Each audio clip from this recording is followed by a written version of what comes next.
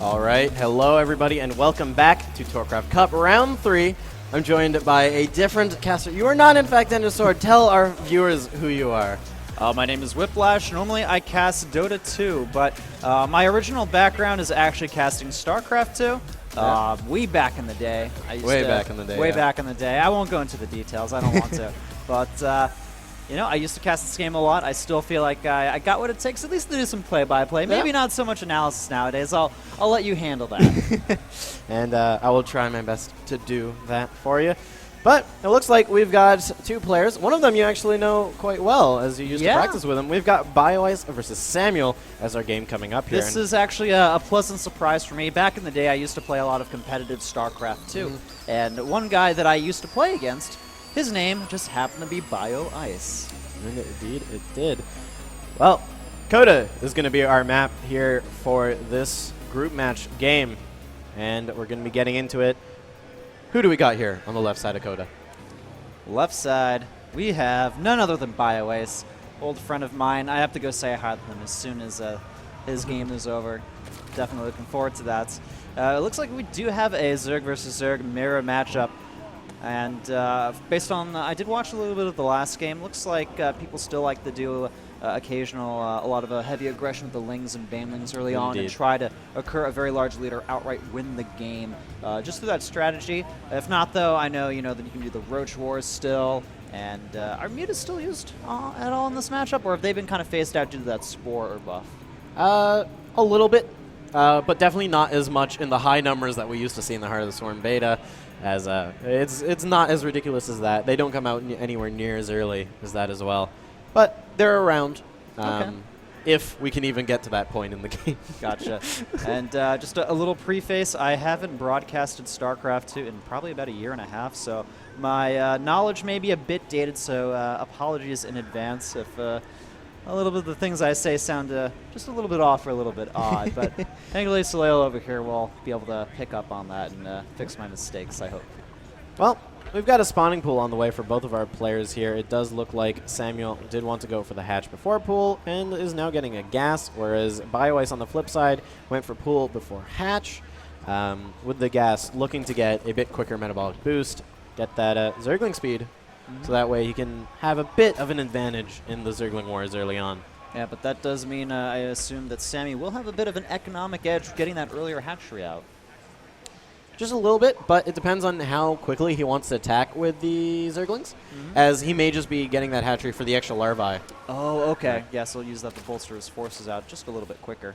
Yeah. All right, well, beyond that, it's just the early game. Not really too much happening beyond the slight variations in the build.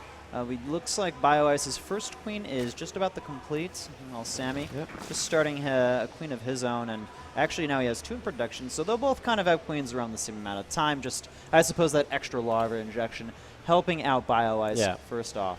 It definitely stabilizes it from going for hatch after pool, as that way you'll have the extra larvae that your opponent might have from getting his hatch out first. Okay. Gotcha. Well, metabolic boost is going to be on the way here. So Sammy's going for the metabolic boost, like you said. Does this mean he plans on having some type of aggressive play early on? Is he looking to commit to a lot of Zerglings in the early stages, or could this just mean he wants to have that speed boost if he needs it early on? I'm going to say that he's going to want to try to commit, but see, the thing with Sammyuel, he's one of our hidden bosses, as we mentioned previously in the broadcast. He's that kind of player where you never really can figure out what he wants to do. But, he's throwing down a bit more tech on the way here. He's getting a Baneling Nest. I'm going to assume he's going to want to try to go at least for a few Zerglings. But Bioice, he's no slouch either. He's going to be getting a Baneling Nest of his own and going to be getting up 6 Zerglings of his own as well. What do you think about this Baneling Nest location for Sammy at his natural? I find that that's kind of like, it's not really creating a choke point of sorts. It's just kind of out there in the middle. It could be surrounded easily if he's not careful. Do you think this is like a big deal, or if it's something that's probably okay? It's probably all right, since it is dead center of that area, it actually can force the Zerglings to have to maybe split if you're trying to click in towards the mineral line, which makes it a bit easier to deal with Zerglings coming in. And also, it just adds a bit of wall, so that way it makes it easier for banelings to get in, especially without the centrifugal hooks, and let them go actually at a decent speed. Well, looks like Sammyuel, he does have a few Zerglings outside the base of his opponent, Bioice.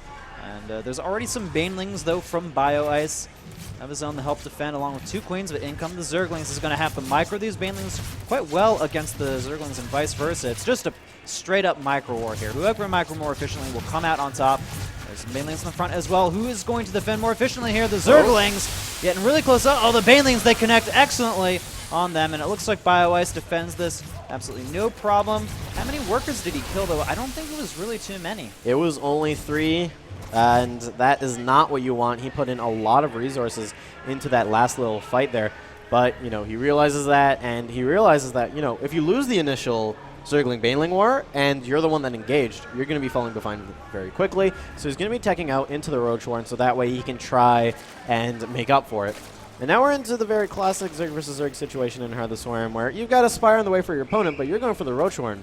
So how quickly can you get out a bunch of Roaches and then kill as much as possible of your opponent before the Mulus can come and get rid of your bases? Yeah, and it feels like Bioice, he did go for the layer pretty fast, and he's already got his Spire about halfway down the Roach War, and after kind of was put up after the Zergling attack and the Baneling attack somewhat failed. And his layer at least will finish quite soon, but already Sammy going up to a 3rd base, so he really wants to kind of, I guess, take advantage of the map control he'll have at this point in the game. Once those mutants come out, that's when the action's going to happen again.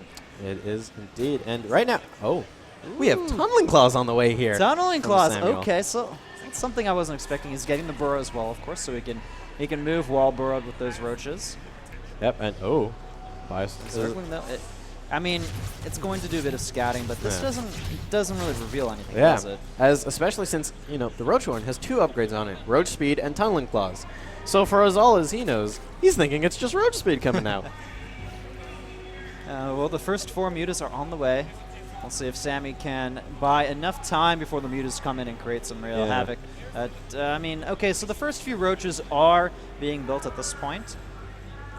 The thing is, though, Sammyuel has no real indication that Mulus are on the way. But, of course, you know, Sammyuel, he is a very smart player. When you notice that you've been on Zerglings and Banelings for quite a while, you start to think, why haven't you tech to something? So he's getting the hunch. Oh, it might be Mulus. He's throwing down 4 Spore Crawlers, 1 for every base, even 1 out in the middle. But Bioice. The Zerglings with the Mutalisks. There's only a few there so far, and the Spore Colony, I'm not sure if this is the best target for him to kind of take down, as the Spore Colony is actually doing a lot of damage to the Mutalisks. They will take down that defensive building, and now move on to the Queen. The Zerglings on the ground are dead. And also the roaches, though, they burrowed. So I think if Bioice was paying attention, then he will know about these. And additional Zerglings are coming in as well. I think they'll look to try to snipe some of those air buildings. Meanwhile, the Mutalisks, they go to town on these Overlords, just trying to maybe supply block his opponent in some way or shape as the harass continues. Yep, and these Mutalisks, they've gone uncontested. As again, you know, those roaches, they can't get up on their backs and shoot up.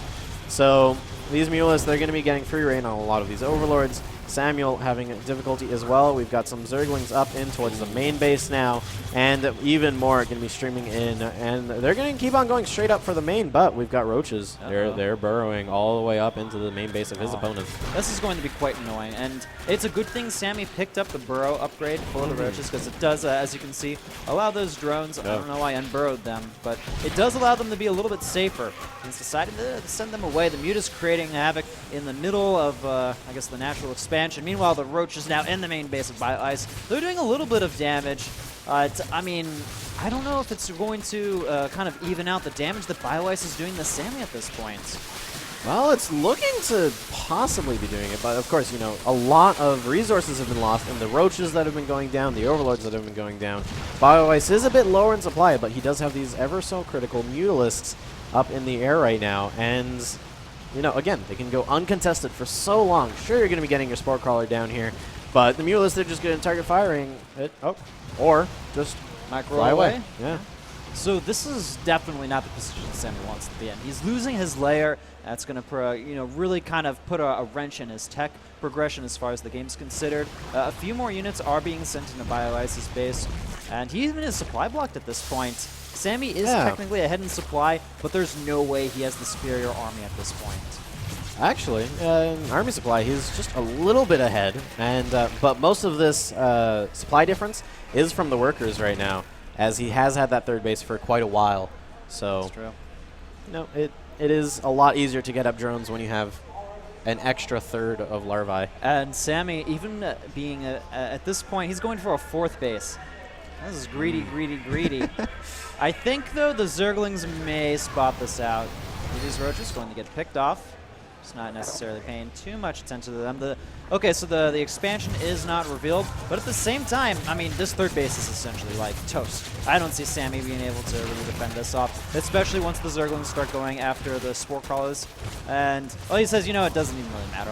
I'll just take out your economy. Yeah, as that's what he really needs right now, you know? He's evened up the work count. In fact, caught in ahead, and GG from Sammyuel. All right, well, I mean, I can understand the GG. He was just having trouble really holding on to all of his bases. The constant Muta threat, he never had an actual solution to the Mutalisks. And even the Zerglings, I feel like they actually did almost more damage than the Mutalisks in the long run. Just the Mutas kind of forced Sammy's units in awkward positions, and he had to deal with those. And just the Roaches didn't really cut it in the end. Yeah. And, you know, Sammyuel, all he really had going for him was that economy lead. And once he started to lose that, his didn't have any defense at home. He only had the static defense for the Mutalisks, and they were long gone. They've done their job, but just not being able to deal with those Zerglings, as you were saying, and had to tap out, unfortunately. This is actually an 8-man round robin, so I'm going to just refresh our page here to take a look how things are going. So far, Bioice is sitting on the top, tied with Believe, actually, at the moment. Cool. Unfortunately, it looks like Steadfast and Zero are currently sitting at the bottom with 4 and 3 losses respectively. That's unfortunate. Zero seems to be the only Terran player in this pool. Yeah, our resident Terran figurehead of Masa, he is unfortunately not here anymore. He's currently down in the Root House. Also going to be playing in the WCS round of 32 Very as well. impressive. So kind of, you know, representing Canada in his own way. Yeah. And this is actually the first tournament in about 3.5 years that we won't have Masa winning first place. Well, ain't that something? Ain't that something? Except for IEM Toronto, but I more mean on the local type of things. Yeah, of course. I guess what you're saying. Cool. Yeah. All right, well, I believe there's more pool play coming ahead. Indeed there is, but I think we're going to be going to a quick break before we head into our next match. So be sure to stay tuned for some more TorCraft Cup action, and we'll be back.